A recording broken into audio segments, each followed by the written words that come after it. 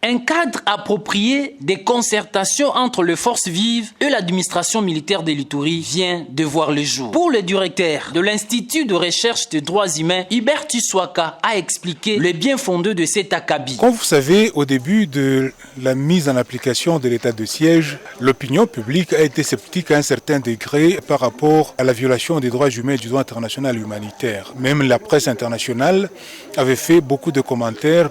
pour que les militaires ne puissent pas déverser dans des violations des droits de l'homme. C'est dans ce cadre de l'observation des actions des militaires que notre organisation, Institut de recherche en droits humains, a conçu un projet en collaboration avec la société civile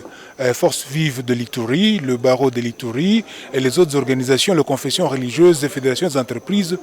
pour solliciter auprès de l'autorité militaire la mise sur pied d'un cadre dans lequel les militaires peuvent rendre compte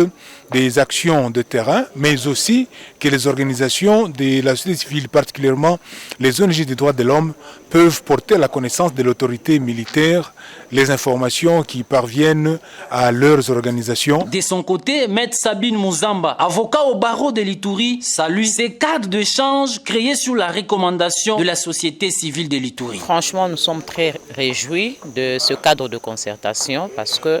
partant de ce cadre, nous aurons la facilité d'atteindre l'autorité administrative pour lui poser certains problèmes et lui donner certaines informations relatives à l'état de siège. Rehaussant de sa présence et pris de paix et de redevabilité à sa population, le lieutenant-général Luboya Kashamadjoni a répondu à toutes les préoccupations de participants sans aller au dos de la cuillère partant de questions sécuritaires au développement de la province. C'est l'effet final recherché qui ne peut être possible que grâce à la mutualisation des énergies positives et au renforcement de relations civilo-militaires en cette période de l'état de siège.